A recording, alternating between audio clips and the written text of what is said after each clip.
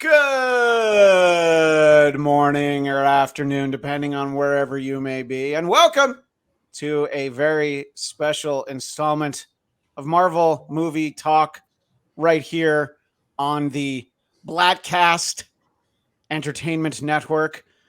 Talking about a movie that's only been out for about a month. That's all right. I'm very excited to welcome back to the show. You know her, you love her, but if you really knew her, you wouldn't love her. Zia Landerson, Bastille Day. Zia, welcome back to the show. I get all my names again. Hi. Thank you for having me. Jeff, how are you identifying today? I'm not. I'm anonymous. So that ghostly apparition in the box below for our visual listeners is the one and only Jeff Duray of the Bladcast. I think that's the only credit that anybody ever needs for you. Jeff Duray of the Bladcast. It's all the credibility I'll ever have. Exactly. And again, for our visual listeners, you're being, well, that's a weird way to say it. You're our visual audience. Yeah. You're getting treated to, why does Japan always have the most awesome movie posters? Because they're just better at stuff. I'm just going to throw that out there. Japan is just better at stuff. They know how to sell this movie. Too? Yeah, they do. Like, they'll have titles for things that'll come out here, but there it's like strong guy fights stronger guy. And like, that's what I want that title. Is this real? You guys see that meme going around talking about what Japan calls what is it? The Jersey Shore? I saw this and I hope it's true. Do you remember what it was, Zia? I'm looking it up right now. Yeah, because I don't want to get it wrong. Exactly. And it just makes me laugh so hard. It's called Macaroni Rascals. I hope it's called that. Honestly, I think we need to change the name. We should follow Japan's lead and call that show Macaroni Rascals. That sounds like it's like a sequel to Little Rascals. Like, this is what they grew up into. Yeah, it's their cousins on the other side of town. It's like, do you want to hang out with us? It would be like a backdoor pilot to the Little Rascals. Like, let's go visit our friends, the Macaroni Rascals. And, they're just like the Little Rascals, except they all talk with their hands. What was that, Jeff? I'm sorry. Oh, no, I'm sorry. It would be better if they're rivals and we could have, like, there could be a love cross between them, maybe a little West Side Story style, like Macaroni and Little. And you know that the fat one's going to be named Meatball. Mm-hmm. And, the fat one's definitely named Meatball. And I'm sorry, Zia, I stepped on your joke. And no, it's okay. I was just saying that obviously they're from the wrong side of the tracks. The macaroni. Yeah. Oh, yeah. No, obviously from the wrong side of the tracks. They're the ones. In any case, as you can see for those watching, There Will Be Venom. There Will Be Carnage. There will be Venom, but it'll be on November 2nd. So it's like, it like just came out. Actually, I think that just means the original release date was February 11th. But I feel like it makes it current that it says 11/2 on the poster that I have. In any case, because if that's accurate, it means it comes out on a Tuesday. So I'm probably just reading the date wrong because I'm a dummy. But this movie came out a little while ago, and we did talk about it on Marvel Movie Talk. But I've wanted to get some of our brain trust to weigh in, mostly because in our previous show, Jeff and Eric really didn't like it. Jeff very actively disliked it, and I think he was angry that he didn't get invited to a press screening, and so he took it out on his opinion of the movie. Either that or he legitimately didn't like it. But I wanted to start with this today. And again, when we talk about these movies, we're always going to talk about all the spoilers. So including the end credit scene, which is the thing that was really the only thing spoilable about this movie is probably that. But Zia, just overall thoughts and some of your favorite stuff in it. All right, so I will lead with this. It wasn't great. No. However, I still liked it, and I left the theater going, "Oh, that was fun." But I like the first one better. The first one was a far superior movie and story. This one, and remember the grief that you and I took on the various shows we did because we both dared to like the first Venom. I really liked the first one. I thought they did a good job with it. Also, not perfect. The first Venom. Of course not. And I wasn't. And you know what? Maybe that's why I enjoyed it more than other people is because I went in with very low expectations. I was not Sure. expecting much, really. So coming Yeah. out of it, I was like, oh, you know what? That was pretty good. I like that. And like you said, not perfect. This one I definitely didn't enjoy quite as much, but I still left the theater going, oh, that was fun. I really liked the relationship that they had between Eddie and Venom, how much Yeah. they nurtured that. And I liked that whole sort of dynamic that they had going.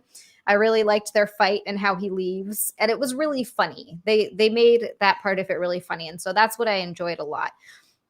I was expecting to like Carnage more. The symbiote of Carnage, the character, is what you're saying, right? Yeah, Yeah. just they made him big and scary, but I wanted to see a little bit more from him. It was, and I honestly think they could have dropped the love story between Cletus and that chick And Shriek.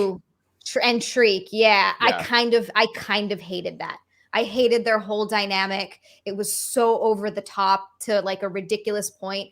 And like I kind of liked her character in the beginning, and then as it went on, I was like, oh, I hate this character so much. Let me ask an important question. Did you hate that character so much because she reminded you of High School Zia? No. Just wanted to know. I would say if that's what it was. Yeah. It was Well, I just didn't know. I felt like that's what that relationship they had. I'm like, I feel like this is a Zia relationship somewhere in her life, but maybe I'm wrong. Thank Jesus, no. Did High School Thank Zia God I wear never like fell a that far. single colored contact and put like a fake scar over her eye? Because And that'd be pretty cool, I gotta say. That's where it differed. I wasn't that cool. No, I just wore large baggy pants and studded belts. Like a fucking weirdo. No, yeah, I really disliked that character, and they could have just left out that whole love story. And it was and Cletus was a serial killer, so I didn't mind a little bit of the theatrics, but it got to a point where I was like, this is too much, even for me. I was like, they need to just chill the fuck out with this. Those were a lot of the parts that was just like, all right. But overall, I still liked it. I still had fun with it. I always enjoy what's her name? I completely forgot her name all of a sudden.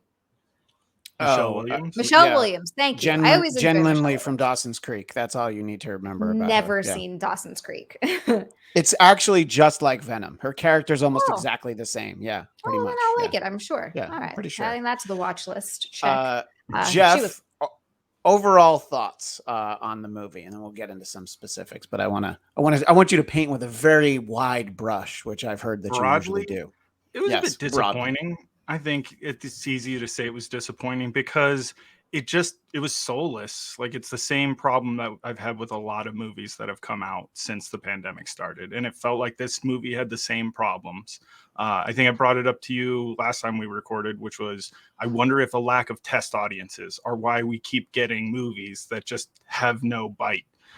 Because there's no one to tell them, like, hey, none of this worked for me. Like, you talked about not really liking Carnage or the character. He had 2 lines. Like, when did Carnage actually talk? We saw no interaction between Carnage and Cletus. It was none of the stuff that we set from the first movie about the relationship between the symbiotes and their hosts. And so it was just kind of like boring. It didn't go anywhere. It had cool sequences. It seems like the money and the time was spent on making some of these cool, like, Carnage looked really cool, but that was about it. And so it's hard to enjoy a movie like this when there's no real story. Like, the love relationship, whatever, between Scream and Carnage seemed like it was so ham-fisted into the movie just to have her as a character in the movie. Because it didn't go anywhere. It didn't help us. It bogged down the story constantly. It made us go to places that had no point. Like the whole scene where they're burning down their orphanage. It was like, why? To what end? Like, you guys, you've been gone from here for decades. He's lived his whole life being a serial killer. She's been locked up for decades, and they're still obsessed over this group home from when they were kids. It just seems kind of shallow in terms of character. Well, and also, but just to interject, Jeff, there's one thing that we should remember about orphanages, that when you live there, it is a hard knock life. So when us. That just, and I think it just sticks with them. And I do believe that occasionally Jay-Z would chime in. Yeah. So I think it's very important to take into consideration. And Z, I'm sure you had a very important point, but I needed to make sure I made my point as well. Well, I was just going to say to Jeff's point about the about the orphanage, which I'm sure it sticks with you, to an extent. That's a good point as well. But they didn't show enough of how bad it was there to justify it. I think that's where they fucked up. They showed you a little bit, and it seemed like things really got bad when they left the orphanage. They showed like a very little snippet of the orphanage, and you're like, okay, cool. I don't really get a sense of how bad it was. So, right, why the fuck would they go back there? I think that's where they didn't take quite enough time with building. When they were in the orphanage, it's not like she was kept in a little Hannibal Lecter glass box. You know what I mean? She got to go outside. you know, I mean, it was like, wasn't that the best part of your life? Yeah, exactly. Smashing up the prison. Yeah, that makes sense. But yeah, I think that the first thing that I said after I saw the movie, I would ask people, did you like the first one? And if they said no, I'm like, just don't go anywhere near this, because that is, I think it's much better. That's a fair assessment. And this is more ridiculous, more over the top. I am in something of a minority in that I actually really liked Woody Harrelson, because he was just like, it was like every reading that he gave, or, every every rehearsal that they did, Andy Serkis was probably like, nope, bigger. Nope, we need bigger. And he was like, all right, I'm going to give you bigger. And he did it. He delivered. And I thought that the back and forth with him and Eddie was nice, but the as strong as the Eddie Venom stuff is, you guys are both right in that Carnage and Cletus, and they make the point that they're not really symbiotic. And I think that the only line that I remember from Carnage, Zia, maybe you would appreciate, is that he said if she shrieks again, he's going to bite her head off. And you'd probably be like, oh, please open your mouth again. But that would have been nice. I would have been fine with that. I did like when she got smashed by the chandelier. That was fun. Yeah. The giant chandelier. Yeah, I thought that the character wasn't great. They clearly decided they wanted to include her, but she's, I don't know. She's like Sir Laurence Olivier compared to the guy who played the cop. And the cop character in this movie, every time he was on screen, it made me doubt the fact that I enjoyed the movie at all, because he was so bad. And I don't know. I was just like, there's no other actor. Like, you had to cast this guy. Like, how did that guy even in there? I don't know. Am I wrong, Jeff? No. Okay, good. I'm glad. Great point on this is, and something I had thought about is like, so this character has lived here for decades and decades, but has a very thick Brooklyn accent, because that's the best this British actor could do in terms of American accents. Like, come on, guys. It made no sense why that character would have that accent if he's been a lifelong San Francisco cop. Right. I mean, he should have been saying that, like, oh, Carnage is hella lame, bro. Exactly. That's probably how, and anybody in the Bay Area, please correct my dialect. I mean, not to be too whatever, but it's like, wouldn't that have been a good opportunity for any black characters in this movie at all? That's actually a good point. Perhaps you didn't. Oh, sorry. Other than Shriek, but who's barely in it and does nothing and sucks. What about the title character? Are you not calling into consideration the fact that Venom is clearly the most important black character in the movie? You're right. My bad. Yeah, and we have a red character as well. So obviously their representation is clear. But yeah, I don't know. Honestly, I think that if they had like a totem pole in the role of the cop, and they just looped in somebody saying his lines, and like, well, that would have been better. It would have been at least the same. Yeah. What did you think of some of the other actors, Zia, including this police officer character, detective? Yeah, no, Cassidy? He was terrible. Yeah. You're absolutely right about that. And even the doctor that was torturing Shriek. Yeah. Yeah, she was terrible too. I did not believe she was evil. I didn't believe she was a bitch. I was just kind of like, all right, here's a lady trying to act like a bitch. Like, it was not believable at all. It was pretty terrible. I'm trying to think of other actors in it. I did like Woody Harrelson, but that's just because I love Woody Harrelson. That's just because he's Woody Harrelson. And it's hard not to. It's hard not to like him. And I think a lot of the problems with it weren't really his fault. No, it was any problems with this movie are definitely on the page, Yes, exactly. And Go ahead, Jeff. There's just a lack of characters. Like the more I'm thinking about it, in the There's not first movie, you actually have characters to help drive the story. You have Riz Ahmed as the bad guy, but then you have Jenny Slate as like the kind of good doctor. So you actually have decent actors to bounce off each other, even when they're on the kind of bad side of things.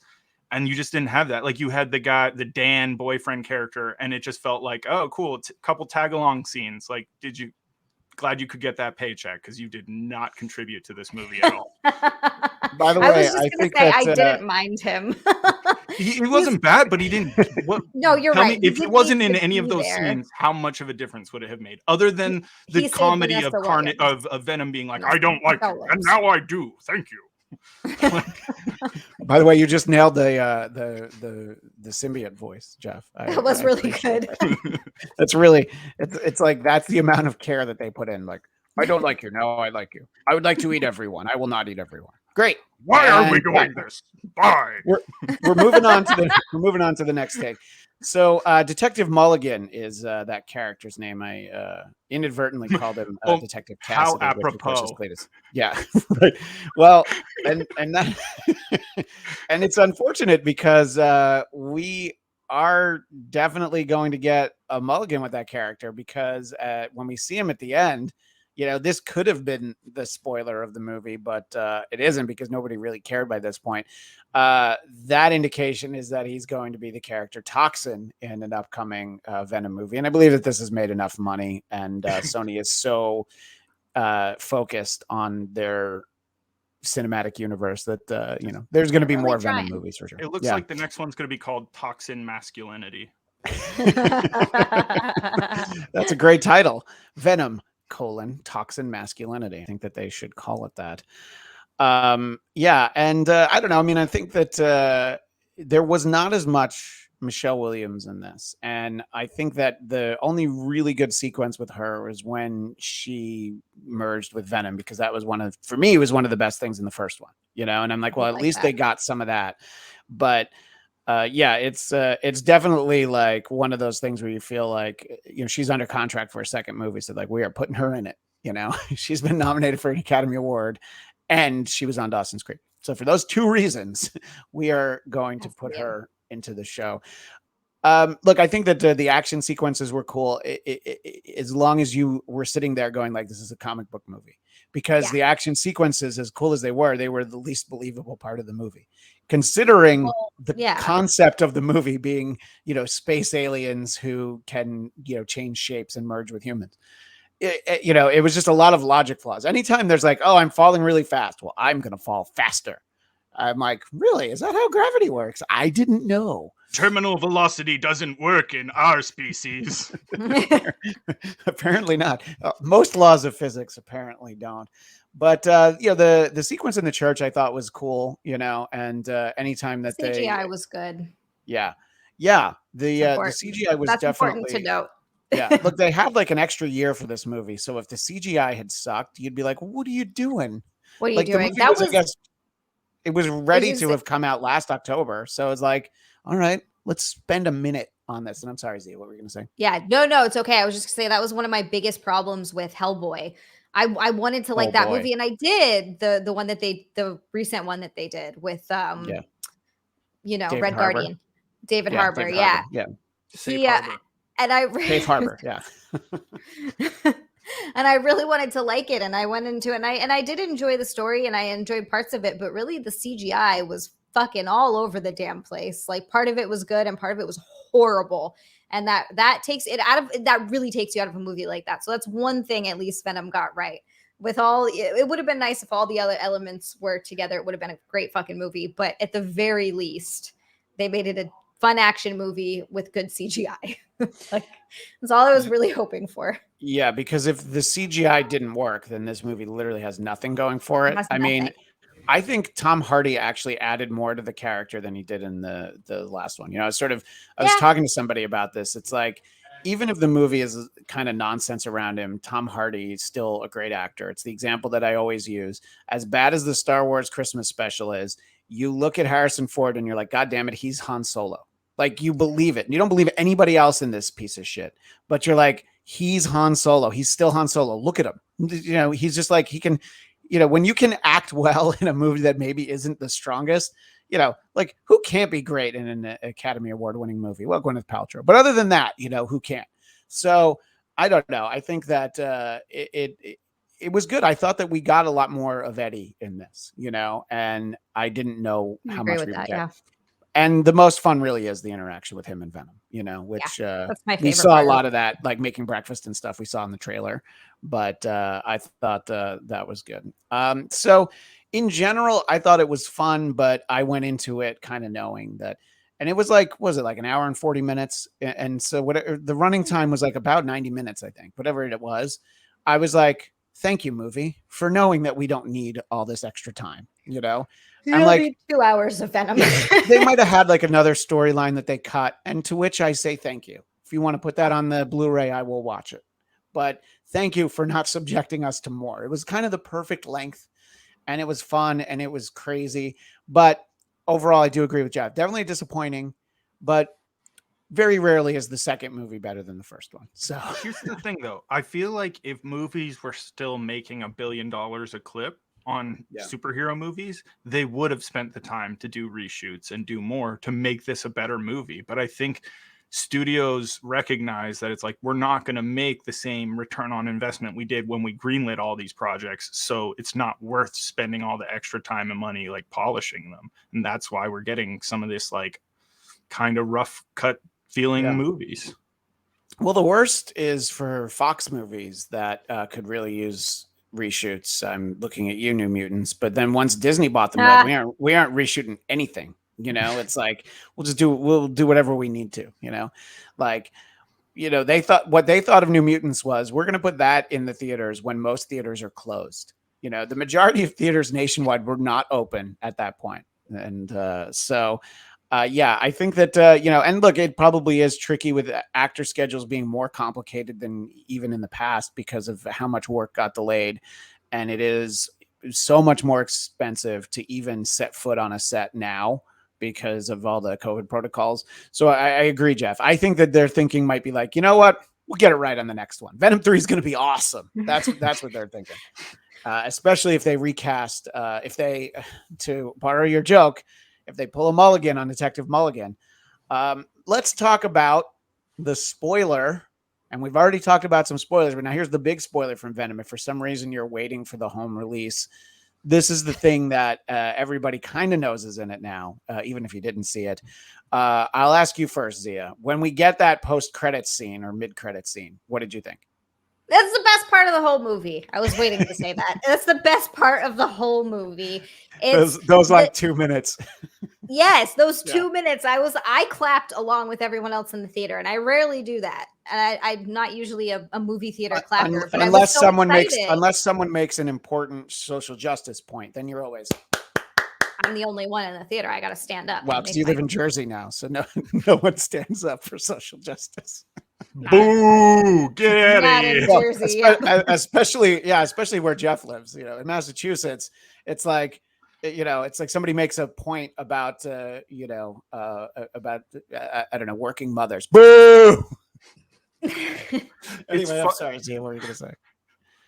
No, go ahead, Jeff. Jeff was going to say something. I was going to say, it's actually surprising, like, how many people, it's like you forget how much of the dichotomy there is in Boston. Like, everyone Natasha works with, or at least worked with at her old shop, was a they, them, like, you know, all this other stuff.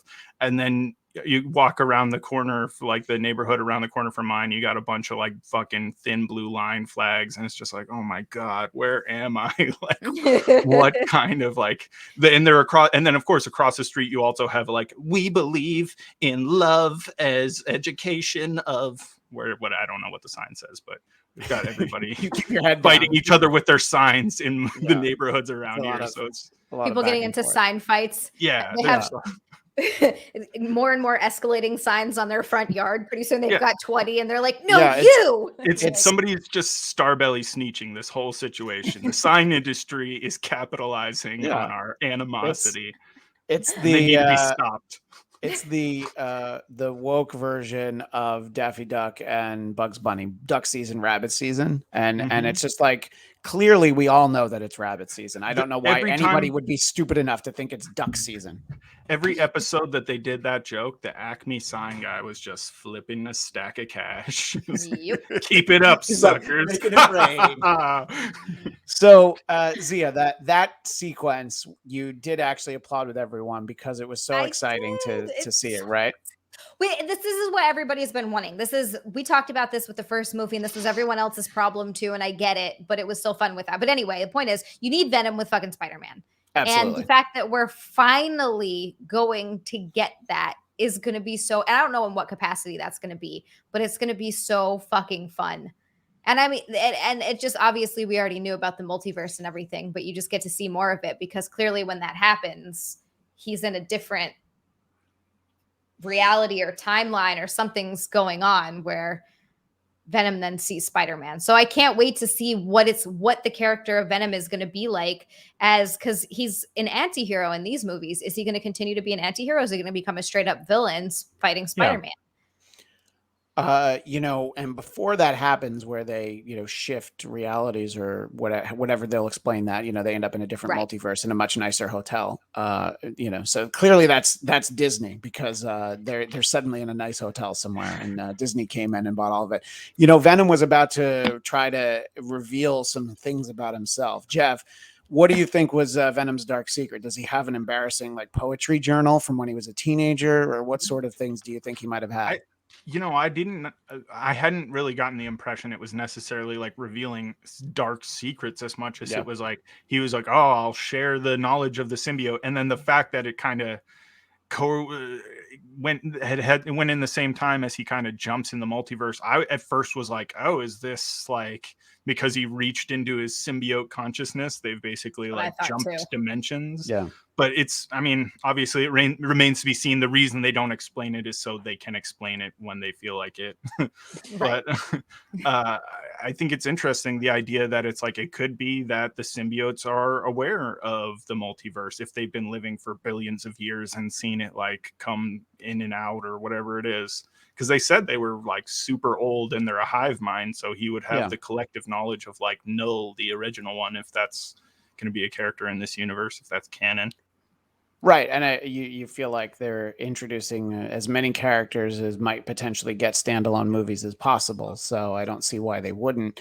And yeah, it does. It does just sort of make people even more excited for Spider-Man: No Way Home when they were already pretty excited about it. And this multiverse idea, the fact that we're getting to see some of my favorite part from a production standpoint is that they didn't need to film anything MCU related. They used J. Jonah Jameson from Spider-Man Far From Home. They used a still photo of Tom Holland. It's the same photo that they use. And it was just those guys didn't have to do anything. And by the way, just the way that likeness rights were, they were both paid.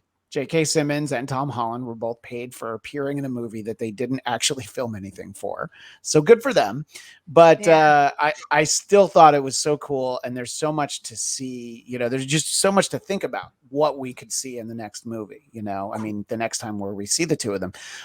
One thought, I sat next to our old pal Raxie Stryer at the press screening I went to, and she thought of something that hadn't occurred to me. And I think I talked about this on the show previously, but the idea that Venom is these hive minds and he seems to somehow be drawn to Peter Parker, even though it's established that he's never met him.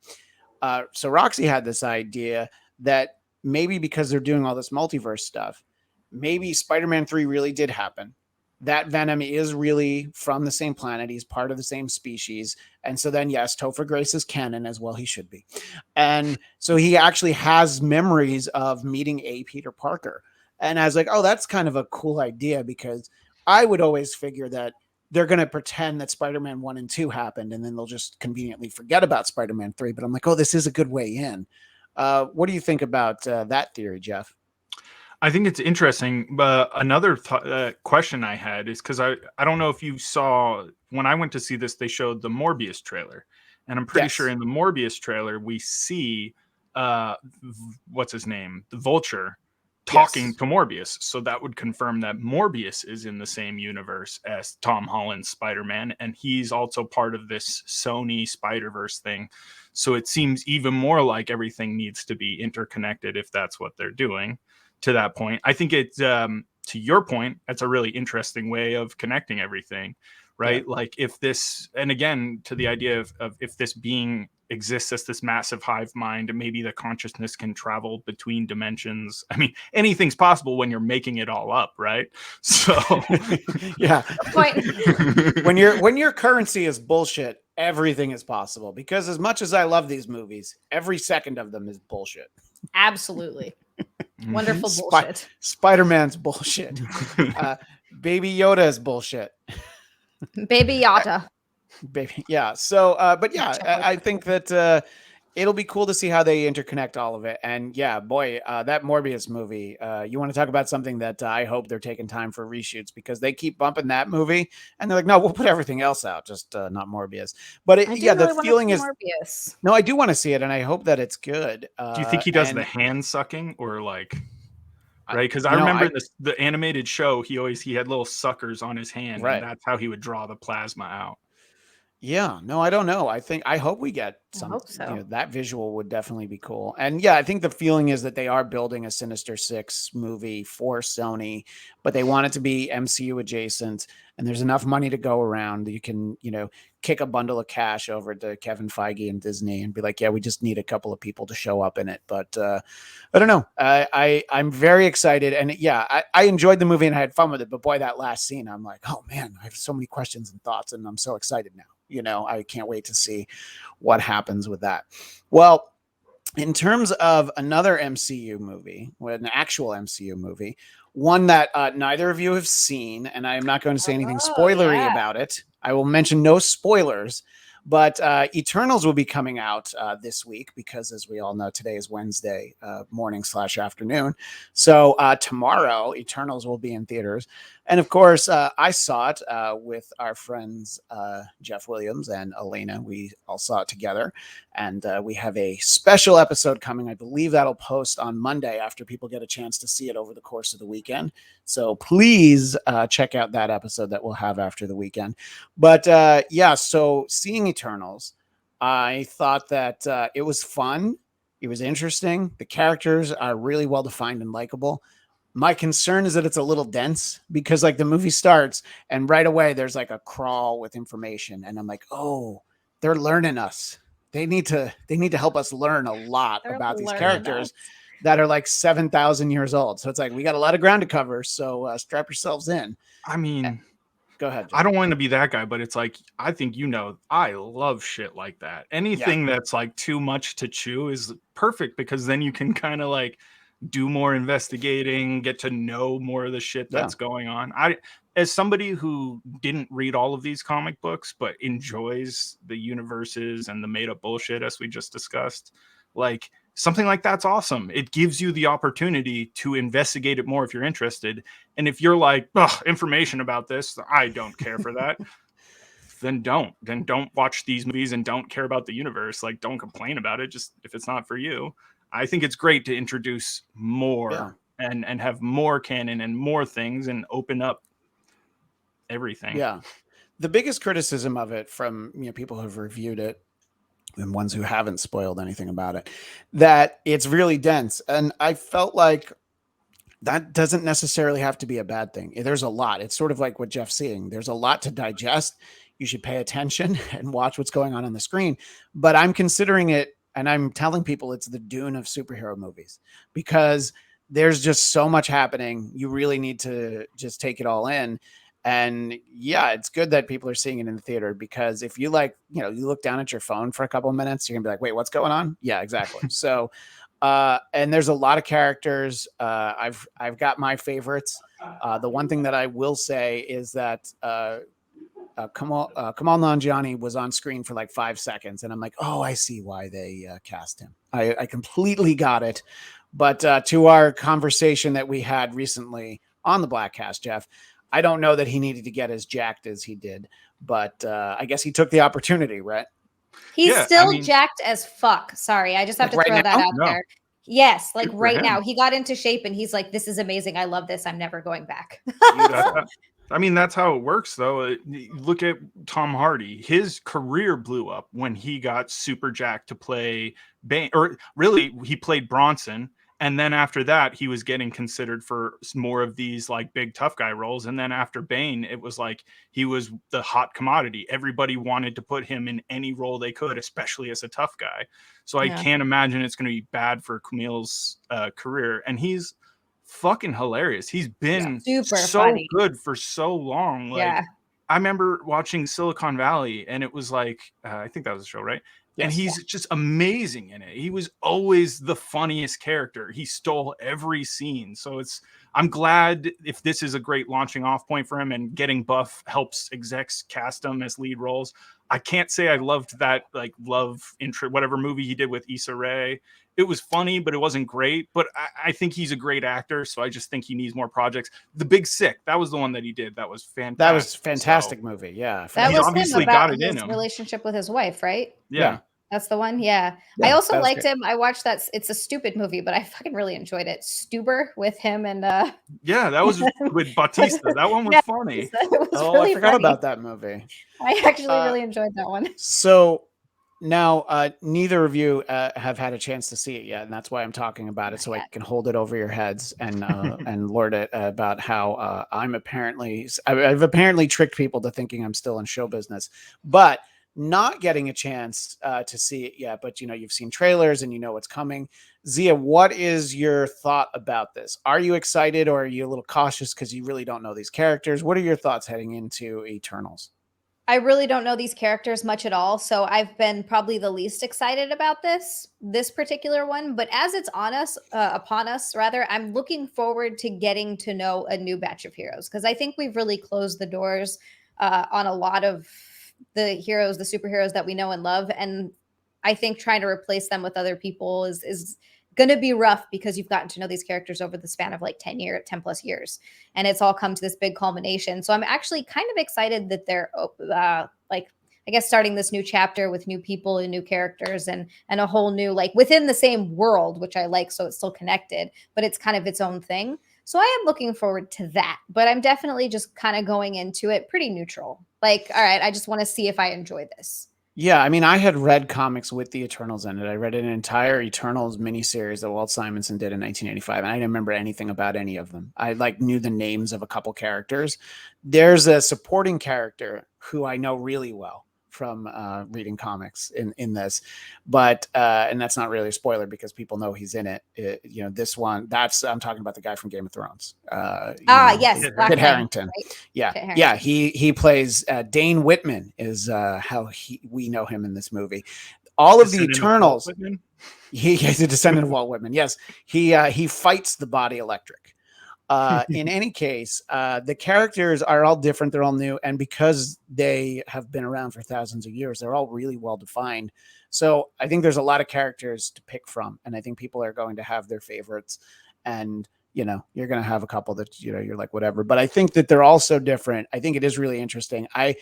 It'll be interesting to see how people react to the movie. I don't feel like it's your most accessible superhero movie.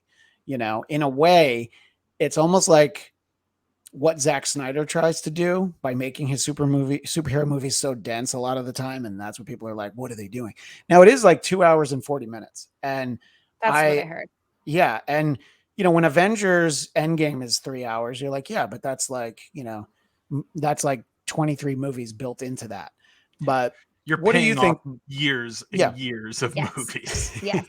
Well, what are you thinking? Go ahead, Zia. Sorry, finish. I was just going to say another point that I hadn't even really thought about until now is that they're kind of jumping into this and introducing you to all these different characters in one movie, as opposed to when we started the MCU, it started with Spider-Man and then Iron Man, and then they like slowly sort of introduced the characters, and then you got an Avengers movie, and then you got the Thor movies. So you got entire movies to introduce you to each character before they became an ensemble. Now you're just getting an ensemble, and they have to make you care about like however many characters are in it. I don't even know. A bunch of I think characters. there's 7, but I'd have to 7?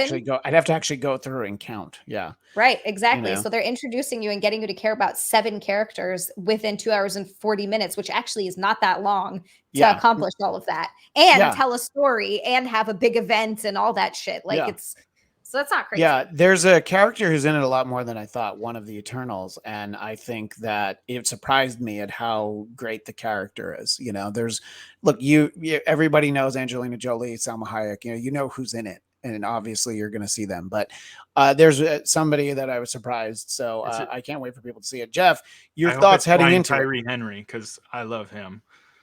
He's great. Yeah.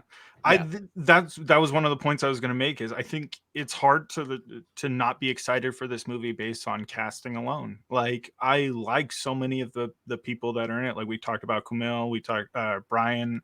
I've liked everything I've seen him in since Atlanta has been fantastic. So I'm excited to see what he's doing. And I don't know what else he's been in, but there's that character who looks like he could be like Mongolian or Chinese. Every time I've seen in the trailers, he seems hilarious. Like, I'm excited to see. I feel like Richard Madden and Kit Harington are kind of known quantities from what I've seen on them of Game of Thrones. They're good actors. Yeah. I'm not concerned with their ability to act. So, to me, it's an opportunity to get to know characters you don't know. Like, I like stories where I don't know where it's going to go. Like, I like to be tricked. I like to not have an idea where it's going to end up. And I think that's it's so much more possible when you're being introduced to new characters who you don't really know than when you go in to watch a movie with a character that you've already seen 10-ish iterations of or whatever it is. So as much as I love Spider-Man, you know what Batman's a great example too. You know what a Spider-Man or Batman movie is going to be. You can't make one that's so different. Like, even if you made Kraven's Last Hunt as a movie, it would still be like, but that's a Spider-Man movie. You know, it's not going to be that different. So I know is what Christian really wants. I'm still waiting for that, by the way. I know. Go ahead. Quickly, how the fuck did I not realize? I'm just looking at the cast now because I was looking at names. By the way, it's Barry, the guy that looks, or maybe Don Lee, I don't know, or Barry Cogan. Anyway, point is, I'm looking at the cast here, and how the fuck did I go this long without realizing that Dan Stevens is in this? It says it in the cast. I don't remember Dan Stevens. Dan Stevens, maybe, of course, from Legion. Yeah. And I'm like, if he's in it, he's not recognizable because I don't remember him being in it. I'm looking at IMDb and I don't see him. Maybe he plays like a CG character. He might. He might be the voice. He does. Yes. What? Well, I don't want you to say who he plays. I'm not going to say who it is because I don't want to. But he was no. He was in the trailers. Yeah. Is it the one that is fighting Angelina? Yes. That's who I assumed it would be if it was going to be anybody. Okay. That makes sense. And that's great that's who he is. So that actor that you're talking about, he plays Gilgamesh, who was on the Avengers at one point when I was reading the Avengers. He goes by Don Lee. I guess his birth name is Ma Dong Sok. Not doing great pronouncing that, but he is great in the movie. He's very funny. There's because it's a Marvel movie, they spread the jokes around a little bit, not just Kamal Nanjiani gets to tell all the jokes, so, but I mean, he's been in a lot of stuff, but just sort of looking, it's not a lot of stuff that I've actually seen, but he's great in this. I think people are going to like him. I think people are going to like really all the characters bring something. We'll maybe one day we'll talk about the character that's a little stiff, let's just say, but doesn't. So there, of course, it's a Marvel movie, so there are credit sequences, and I'm not going to talk about either of them.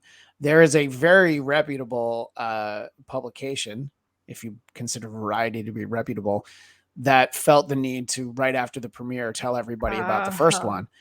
And on this show, a moment that I edited out so that it didn't happen to everybody, but Jeff and I had it spoiled. Not this Jeff, other Jeff had it spoiled when Michael referenced something that he legitimately thought everybody knew because it was all over the place after the premiere. It just wasn't in the places. I was avoiding the places where it was. So I haven't seen it either. I had that spoiled. It's still a good sequence. It's still interesting, exciting for the future. But there's the end credit sequence. There's another credit sequence. At the very end of the credits. That is the one I'm so excited about. Can't wait to talk to people about. And Zia, it might be your favorite moment in the movie. Really? It's possible. Shit, now I can't wait. I'm gonna text you right after. I'm gonna be like, God damn it, you were right, or you're a fucking idiot. Oh, well, no, either way, you're gonna say you're a fucking idiot. Well, yeah. But you'll say you're a fucking idiot, but you were right. But you were right. For what it represents for the future is very exciting. And so and we were at a press screening and like half the people left after the first credit sequence. And like, what, has nobody seen one of these before? No better than that. You know? And the funny thing was, like, that's why Variety only spoiled the first one. Didn't see the second one. That's probably it.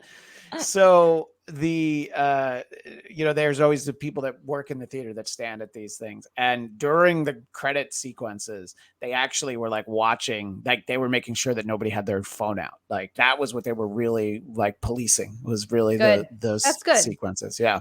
So I'm excited for everybody to see it because the movie itself, I do think is great. I have the biggest question that I've had for any MCU movie that I've seen about whether or not it has the mass appeal, because people that like every summer go and see the new Fast and Furious movie, I'm pretty sure this isn't for them, you know? And look, there's representation in this film that I think is fantastic and it's great. And I feel like people will feel seen, as they say, because they're included in this movie.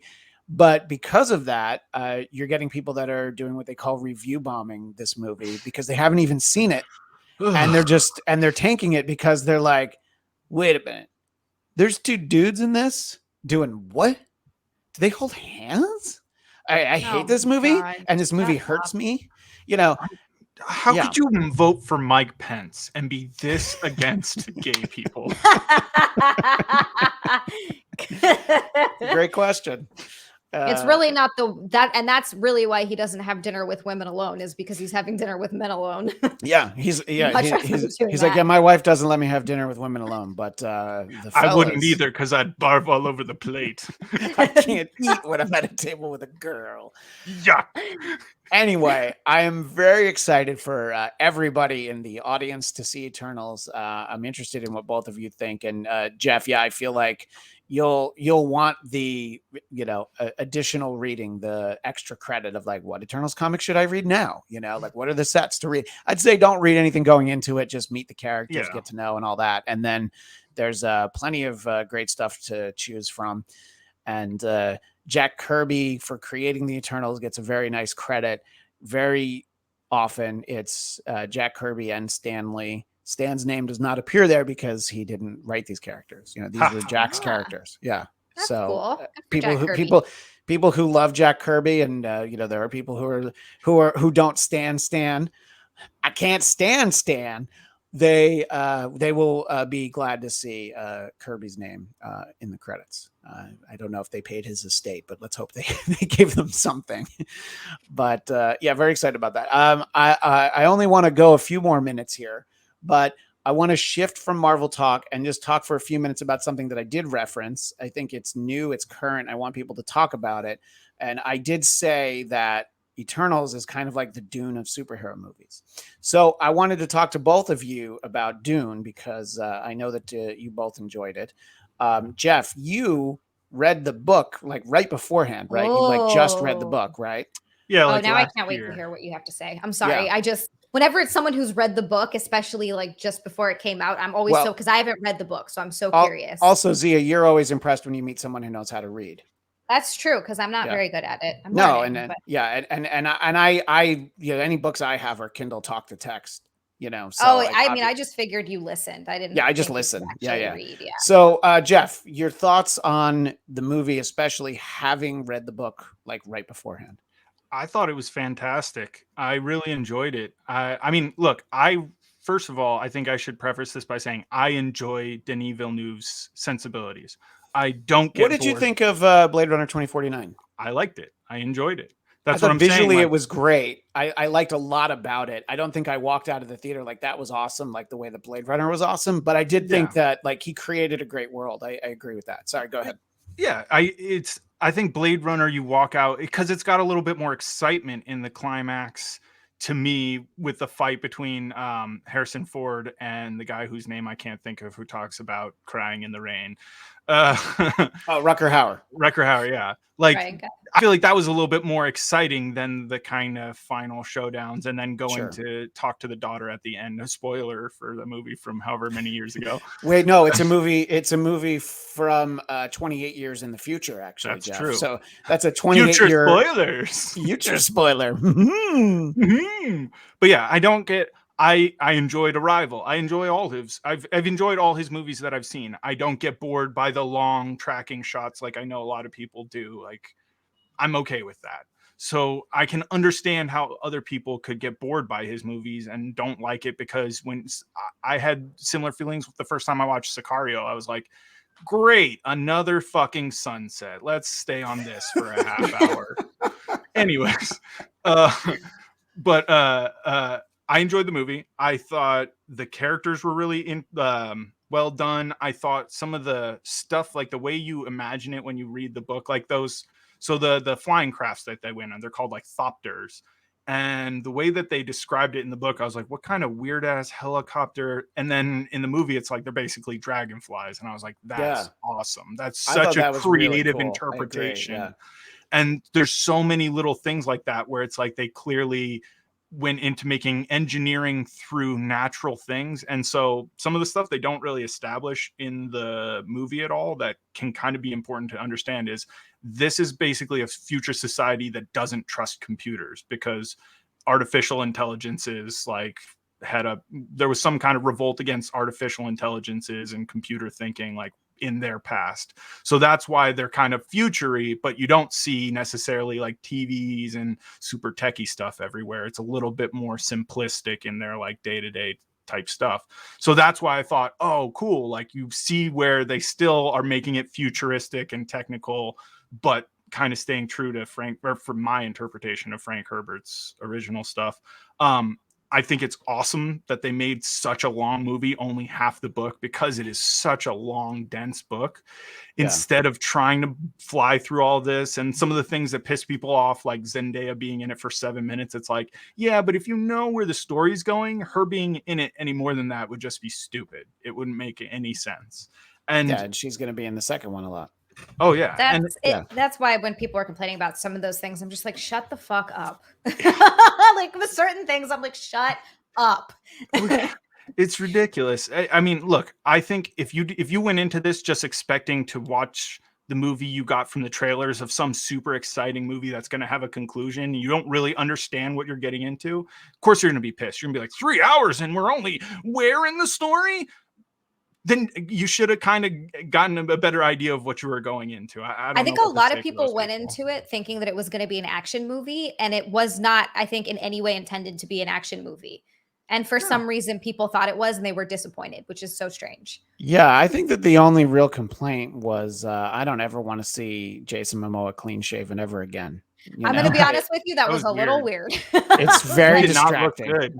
No, he did not look good with a clean shave. Like he's lost some of the chiseled features that he could rock when he used to go clean shaven. It's like, keep that beard, my man.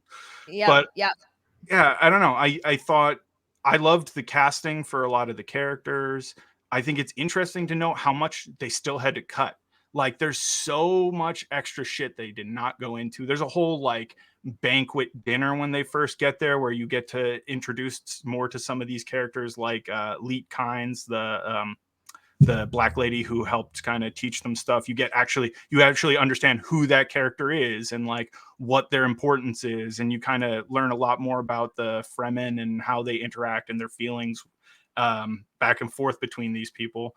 So I think that's fascinating, but I also thought, again, some of that is just in these long tracking shots, but you have to know what you're kind of looking for. So I think that's a great way to create an homage to the people who know the story and are looking to see that represented, while still hitting enough of the beats to give, I would think, the general audience get the ideas. Like I talked about on the last recording how Baron Harkonnen, like one of the main things that I remember being really impactful when I'm reading the book is he's basically just a young boy rapist. Like every scene in the book, he's got a young boy getting ready to get, raped. Wow. And so he's just like over the top vile in every scene. And everybody like talks about their interactions with them are so tense because it's just like he could slit your throat or do something worse to you at any given moment. And so I think they did a good job making him menacing, but it's almost like they knew that general audiences wouldn't be like, you can when you're reading something like that, you can deal with it because you've committed to this, right? Like, okay, I'm going to read this, I'm going to digest this. When you're just watching something that fucked up on the screen, I'm sure people will be like, I'm out, I can't watch this, like that's too much. So I can say that. Yeah, I think that that is the one thing that Hollywood feels like we need to sort of whitewash that a little bit. Like, it's like, look, you can get that he's a bad guy without it, and I think you're right. It works in a book. It's it's sort of like the book Hannibal has this character Mason Berger. He's in the movie. He's on the TV show. He is also a boy rapist, but it is not something that they really dwell on. I think that in the TV show they had him drinking like a cocktail of like children's tears, and I'm like, all right, I guess they went for the metaphor. I'm like, that's a choice, But yeah, I think that that it in a book you can read it and go like, oh, so this person's really terrible. But it was definitely one of those things that even early on I was just like, oh, this would have helped to have read the book. And a lot of times I don't know that I feel like it's that useful to have, like, oh, you need to read it, But I was like, oh, I feel like I'd get a lot more if I had. But Zia, what were your thoughts heading into it and then actually seeing Dune? So I don't know very much about Dune at all. I have the first book. I haven't read it yet. So I'm obviously going to read it after watching the movie, which usually I prefer it to be the other way around. But in this instance, I guess I don't mind. I did not watch the original movie that they made. And everything I've heard about it is how terrible it is. So I guess that's good. I just fuck it. I don't need to watch Sting's in it. So how bad could it be? That makes it sound so much worse. When the filmmaker is as good as David Lynch and he calls it like, I wish I had gotten to take my name off that, then it's not a good movie. Yeah, well, because what he did was like, it's shorter than this one, and it tries to tell the whole story. So yeah, and they changed a bunch of stuff. Like they changed weirding, which is the like movement, the fighting stuff that they do. It's called weirding in the book, to like shooting guns. I remember seeing like a video about how like the Dune, the David Lynch Dune was just like completely got the details wrong. So they literally go like, whoom, and there's like some ray gun that they shoot at each other instead of being good at fighting because that's too complex for people to learn how to fight. Oh yeah. So Zia, heading into it, you didn't really know that much. I didn't really know that much about it. Yeah. And I kind of also thought that it was going to be more of an action movie, but I'm again not one of those people that gets bothered. I like slow movies that take their time. And especially going into it knowing that it's a book and it's a long book, I'm really happy. They did this with the last Harry Potter book. They did it unnecessarily with the Hobbit book. They took you mean when they took the shortest book and turned it into 3 movies? You mean that one? That made no sense. But they did it with the last Harry Potter book. That's like an almost 800-page book. I'm glad that they broke it up into two movies. So I think that was a good call for them. Typically, what I'm enjoying more and more as I'm watching book to screen adaptations is oftentimes it works better as a series because you can really take your time. You can take your time getting to know the characters. As Jeff said, that whole scene that they cut it, like no matter what, you're going to have to cut stuff out. But with a series, you can put a lot more in, a lot more. But I'm glad that they're at the very least taking time to do long movies and then break them up. So just going into it, I didn't know that much about it. And when I started watching it, it kind of immediately grabs you and pulls you into this world. They do a great job just starting off. You're like, okay, cool. This is where we're at. I get where we're at. I get what's going on. And then the performances were awesome. I thought it was very well cast. I thought that the actors all did a great job. I love, God, I'm fucking forgetting everything. I've seen Timothée Chalamet in one other movie is Beautiful Boy. He was fucking great in that. He's great in this. Oscar Isaac. I like him, obsessed with everything that he does. He's great. I just watched He's so Can't wait good. for Moon Knight.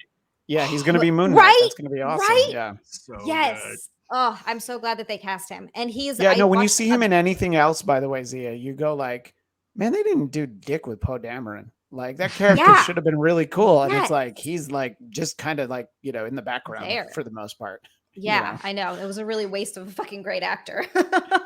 But anyway, the acting was great. I loved the entire cast. I saw, and I also don't know her name because the only other thing that I've seen her in was Dr. Sleep. Oh, Rebecca Ferguson. Yes, she was fantastic. She was really great.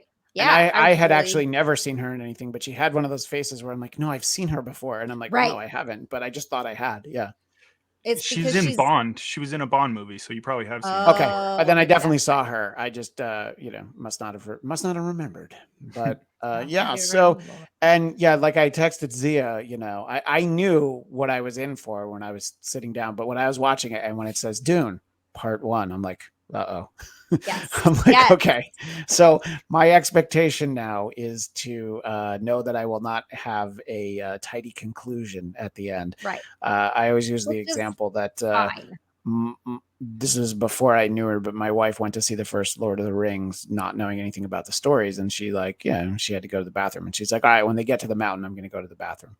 And then of course I'm like, so you didn't go to the bathroom for like 2.5 years? Is that what happened? You had to wait. I remember leaving the theater after the Fellowship, and I'd already read the books when that came out.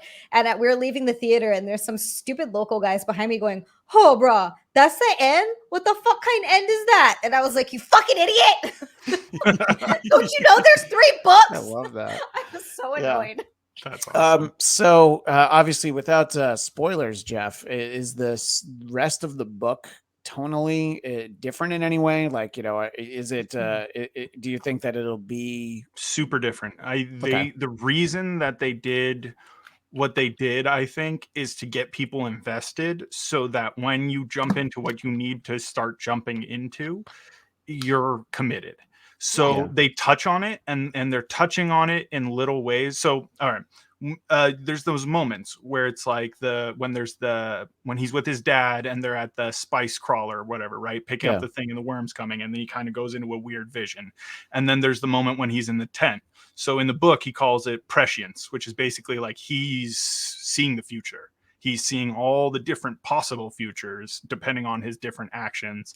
And because of all this, the idea that he's the Kwisatz Haderach or whatever that they talk about from the beginning, he's almost like a singular being that's going to be able to totally see the future no matter what. Like all different paths of the future. There's only like Doctor Strange. Yeah, so the only other people he can't see the future of is other people who can see the future. So basically, like other people that are eating a shitload of this spice, which would be like they make a much bigger deal about this in the book. The guild. So going to and from any planet is completely controlled by a space guild who nobody else has their own crafts. Nobody else can fly from planet to planet. There's a guild and they run everything. So they're basically, even the emperor is beholden to them because they control all interstellar travel, because they can see the future with the spice. They touched on it in the movie. They can see the future with the spice, so they can travel at faster than light speeds and find a course that would get them to their destination safely. Whereas if they couldn't see the future, they would crash and die instantly. Wow. So it's like there's all this extra shit. And so because those guys can see the future, Paul can't. They become blind spots for Paul, which becomes important later on as the story develops. So there's so much shit going on. Making me really want to read this. I think it's a really fascinating book. What is it, like 500 pages or like 800 pages? It's 800. Yeah, it's long. It's a long book. But I do like that they took the time to lay the groundwork and get you invested in these characters, as Jeff was saying, because now you're invested and you want to know what happens next. I thought they did a really great job with that. And I'm glad that they did. And I did not find myself at any point bored in the movie or being like, oh, where's there more act? Like I just was enjoying it and was immediately drawn in and wanted to know more about that, and was sad when, you know, without spoiling too much, when certain characters die. Like you get to where you're like, oh, I'm actually really upset by this, even though I wanted more of that character. Even though I spent a relatively small amount of time with them, getting to know them, they did such a great job that I was like, oh, And that's a bummer. Yeah, I would not say that I was bored. I would say that it was a lot to digest. You know, I mentioned this to Jeff that I did watch it on HBO Max. I was going to go see it in the theater. But then when you gotta watch it in well, then when theaters. my wife wanted to see it too, it was like, well, we ain't paying a babysitter to go see Dune. So we Right. watched it on HBO Max. Yeah. I needed to pause it about an hour. Yeah, I had to pee, but it was more like, I need a couple minutes. I just got to take in everything that I just watched. And it helped, by the way. It was like, I don't smoke, but if it would have been a perfect time for a smoke break, you know, and then I would have come back in and been like, all right, now I'm ready to dive into the rest. I just needed a little bit of me time to take it all in. So it is what people have to be prepared for. And look, movies don't typically get made this way. So the fact that a major studio and Warner Brothers made it, and the next one that they have now greenlit, just imagine if they didn't make the second one, you know. It would suck, but they've done that before, right? Like what they've done a couple movies that were basically meant to be the start of franchises that went nowhere. There was that one John Carter with Harrison for one. Ford. Well, yeah, but there was the one with Harrison Ford, and then that kid, he was like a young kid. Was it Ender's Game or whatever? That's a hugely successful book series, but then the first movie didn't work. Yeah. And even movies that do get sequels, like the Narnia books, you know, it's like they only made like 3 of them, and they started with the 4th book. Yeah, because the books get worse. I mean, as somebody who's actually read the entire fucking Chronicle of Narnia. Wow. Yeah, you get to the last book and you go, oh, so it was kind of obvious this was all super Christian allegory, but now you just don't give a shit. You're gonna go throw it in. This whole 7th book is like Christianity. That's exactly why I didn't read it, because my dad read it and he told me that. He's like, it's kind of ridiculous. So I was like, you know what, I'm just gonna pass on that. Yeah. No, I mean the Jesus lion in Lion and Witch in the Wardrobe is that's is enough. A bit of a tell. Yeah, you're like, oh, okay, I get it. Yes. But, yeah. Where you're like, this could be a really cool thing, but you just hijacked it. I'm excited for the second part, and it will only be in theaters. I think is a good sign, you know. And in 2023, by then, for the love of God, things have had to have calmed down enough. Yeah. So you, I know. So you Jesus say now. Christ. I know, Jeff. I know. But so excited for that, and also excited for everybody to see Eternals. And you know, as we're broadcasting this, it was just Halloween on Sunday, and you know, I thought that I would take a moment, since we're here with our pal Zia, and we'll take a moment and just remember a Halloween past. Look at how much fun we had there at AfterBuzz. That was fun. You had some kind of zany witch costume. I did not. I should just always dress like Tony Stark. I mean, I'd be a loser, but look. It's at least you look douchey as it is. But it's so it's like, if I'm gonna look like a douche, I might as well look like a fun douche. But look how much fun we had back then, Zia, you know, back in the old days, you know. So anyway, I wanted to share that with the audience, as it were, for our visual audience. But Zia, for people who miss you and want to know where they can see you and find you, how do they check you out? Well, if you want to see what I've been up to, follow me on social media. It's at Zia_land. It's XIA_land. And the link in my bio takes you to all my other links. And I love that I can promote this on here, because it's not Twitch, when I can never promote my shit on Twitch. I have an OnlyFans. Please check it out. It's a lot of really awesome content, and it's helping to support me right now until I find a job. So that's been super awesome. And you know, your husband takes all the pictures on your OnlyFans. He takes like 90% of the pictures and videos. Yeah. And they're usually fun. People can find you at Zia_land. And look, I mean, some of them are, you know, this is fine, you know. I mean, you know, there's nothing wrong there. You know, you're just all the spicy stuff is on OnlyFans. It's all on OnlyFans. So that's where they have to go if they want to be OnlyFans. Although, you know, I'm going to say that too, this is a little bit spicy. That's pretty spicy, but trust me, they get obviously spicier than that. That's just picante. Yeah, exactly. This is the real salsa roja is on. That's That's a nice medium salsa verde. And if people also want to hear you and see you visually, there's a couple of shows that I know they can check you out on, right? Yeah. So I have my Twitch channel, twitch.tv/Zialand. I do on Sundays, I do the snack stream. Those are still going strong. Always a lot of fun. If you want to see me sit on the kitchen counter and make myself sick, it's a great time. And then on Monday. But let's be fair, this isn't a fetish video for guys who like chicks who vomit. It's not, you don't make yourself that sick. No, I don't actually vomit. I just eat a lot. Because I know our audience. There's a couple people who are like, "Hello, sick." Did somebody say? All right. Well, in that case, there's no vomiting. I'll just there's put this that as there's a this disclaimer. guy. Just a quick aside. There's this guy as a semi-regular caller to the Howard Stern show for years. Jeff the Vomit Guy. He is literally one of the most repulsive people on the planet because that's what he's into. He just calls periodically and is like, "Just wondering if you found any women who might want to vomit on me." Yep, and yeah, so it's out there. Makes me sad because then I just go to like, what happened? Like, what happened to make that a thing you want? Yeah, I understand feet so much more. Oh yeah, no. When you hear stuff like that, you're like, oh yeah, totally. You could be into feet, you know? Yeah, feet. I'm like, I get it. Foot jobs. There's a whole thing. Like, I understand that. But there are certain ones like vomiting or getting shit on where I'm just like, I can't. I don't know. Getting peed on the other hand, is a different story. But that's shit on, different. That's totally different. Do you think that if they get sick on themselves, they're just like, oh. They just like, jizz immediately. Thank God this El Pollo Loco was undercooked. Just what's that drink that you make that makes you throw up? They just have cabinets full of that. Yeah. I remember they were talking about Epicac once on Mystery Science Theater 3000, and they came up with NyQuil and Lucky Charms, and I'm like, yep, that would do it. If just think about those tastes together.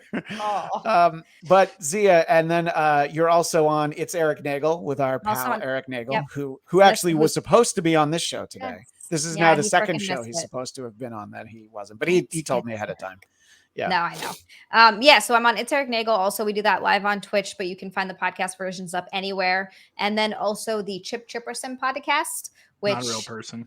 Is not a real person, according to Jeff, although I think he's more of a real person than the real person. Well, I thought you were going to say than me. And I'm like, I resemble that comment, ma'am. Well, I think I'm pretty sure that Chip Chipperson does actually get a lot more requests on Cameo than Jim Norton. I feel like that's it goes fair. Chip, Jim, and then apparently Doug Bell gets some. And then none for Kirk Cinnamon or Kirk Cinnamon gets none. And once in a while he said Schinkel gets nothing. Every once in a while he said he gets one for Edgar. Just like every now and again. I've told you that I would like a Doug Bell for my birthday. So just remember that. Just a reminder. Can I get an Edgar from Vincent D'Onofrio when he played Edgar from the first Men in Black movie? God, I forgot about that. How great would that be? I completely forgot about that. Yeah. And yes, it's very enjoyable to see Zia there with our pal Chip, and you've also been guesting a lot. It's been very hard to get you on this show because you've been on Legion of Skanks. What are some? No, not Legion of Skanks. I wish Legion of Skanks. Hopefully, but still, Real Last Podcast. Real Last Podcast. I really enjoyed. Zach Amico is fucking hilarious. I love him, and he was on this show. He was on the Blackcast. Zach Amico. Very nice. Yeah, he's great. He's really funny. Super nice guy. Funny, I really like Zach. Yeah, he's hilarious. Lewis is great. I really like Lewis. Everybody, I feel like he gets a bad rap. People are like, was he mean to you? And I'm like, no, he was super nice. Like, we just had his girlfriend on Chip. So she was. What's that? Sorry. What's that? We just had his girlfriend, Natalie Cuomo, on Chip, and she was great on Chip. I thought she was awesome, with also Brian Johnson, who I've guested on Would You Kindly every so often. Brian's great. And Brian from the Kevin Smith Empire. Is the best way to summarize. Comic Book Men, and Tell Him Steve Dave, which is his podcast, which is a phenomenal podcast, by the way. If you're ever looking for something to listen to, I highly recommend Tell Him Steve Dave. I mean, if people like shows like Marvel Movie Talk, I think they would definitely enjoy Tell Him Steve Dave for sure. Yes. Yeah, I think so. And and Wet Spot on Compound Media. You've been on with Chrissy Mayer. Is it three times now? You've been on the times. They should just make you a regular. And if we're talking about plugs, I'll remind people that also on Compound Media, A couple weeks ago, I was on That Jameson Show with Don Jameson, and we had a great segment. And then his second guest got confused. The producer there, you'll appreciate this. The producer at Compound Media sent the wrong Zoom link. It's the same Zoom link they've been using for since before the pandemic, but he just sent the wrong one. So they didn't get I think it was the bassist from Exodus. And I didn't know anything about Exodus, but he's like, well, Christian, just come on back on and I'll ask you all the questions. So it's actually a really fun segment because I'm reading on my phone from Wikipedia stuff about Exodus that I knew very little about. So you can check that out. Also on Compound Media, there's a lot of great shows on there. You can see Zia on Chrissy Mara's show on there. You haven't been on with Ant yet, though, huh? I haven't been on with Ant yet. Eric is very against that. He thinks it's going to ruin my career. Yeah, well, it'll either ruin your career or the next you'll blink and all of a sudden you'll be like, wait, how did I end up storming the Capitol? I don't even know how Ant talked me into this. I'm getting arrested and I'm like, I didn't think I believed in this. How did Anthony get me here? And of course, you can always follow me on Twitter and Instagram at ChristianDMZ. Subscribe to the Blackcast YouTube channel, BLADTCAST. Jeff, you don't want to be found. We've established this, right? See, what happened was I was thinking about a joke that I had thought about from 2008 and I canceled myself.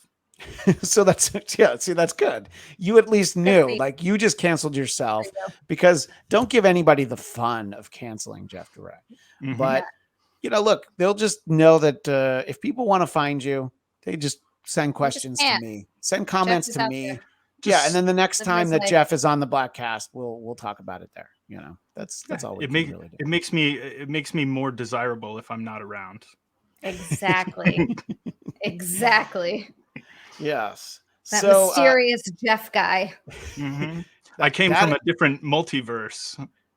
Oh yeah. Well, we've established that there are multiple Jeffs. Crisis on multiple Jeffs. We've had Jeff Williams Jr. We've had Jeff Winstead, Jeff Duray. There's a lot of Jeffs that we cycle through. In any case, but not Geoff. I was going to say Jeff with a G. No, we only have Jeffs with J's. I have to draw the line somewhere, and Jeffs with G's have never appeared on any of my shows. Jeffs with G's are serial killers and should be avoided at all. You're rich serial killers. Yeah, you're not wrong. In any case, thank you both for your time. Always delightful to talk to you. It was fun to talk about all these movies and all the things that are coming. And we will see you next time on the Blackcast. And as the great Stan Lee would say, Excelsior.